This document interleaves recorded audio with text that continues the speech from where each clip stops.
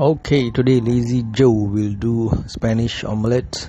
So you need some potatoes, 2 or 3 potatoes, 1 onion, 2 to 3 eggs. The slightly more eggs will be better, of course. Chilies if you like things a bit more spicy. All right. We will cut the potato thin pieces. We shall whisk the eggs and we shall cut the onions to small pieces to prepare this omelette of ours. So as you can see, using the device, I shall slice the potato into thin slices so that it can later be sauteed together with some onions. Whisk the eggs in a bowl as shown. You can use a fork or a whisker if you have it, or even a chopstick. So unfortunately I only had a non-stick pan, therefore you see the difficulty of sauteing and also later with the egg when you use inadequate tools. But Lazy Joe works with what he has, so you got to keep the cooking going. Alright, so as you can see, that is the potatoes and onions that have been sauteed in oil. Okay, later we shall mix the potato and onions with whisked egg, mix them up together, and subsequently we will put the mixture into the frying pan. Alright, so that's how it looks like, the way when we mix it all up.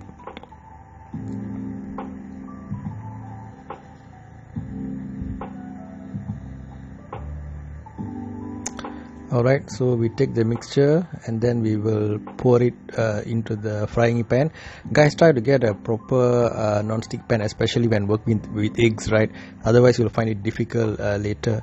Alright, so that's why I named this recipe Mangled Spanish egg, as you can see later. Alright, so now we pour it all in, and you want to control the fire. It should be just moderate, steady fire. If it's too high, then you might get your eggs burnt. So you just want to have a steady fire so that you can slowly cook it, and then later you're supposed to flip it over to the other side. There was some difficulty, guys, in then, because as I told you, the pan is not a non-stick pan, so there was some difficulty in the flipping. But with practice, of course, these things can be mastered. Alright, so don't give up.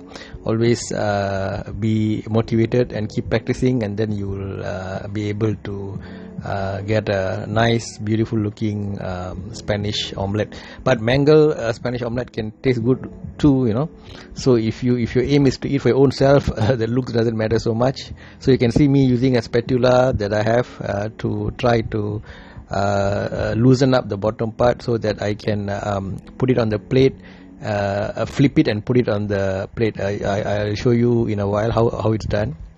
Once the omelette is loose, you can put a plate on top of the frying pan and then flip the whole thing, and the flip part can later be brought back to the frying pan to reheat the other side. So as you see the difficulty, because you see the pan is sticking, so it becomes a bit difficult for me to move the omelette. Alright, so yep, practice makes perfect with these kind of things. So take the plate, put it on top of the frying pan, make a flip of it. Okay, once you flip it,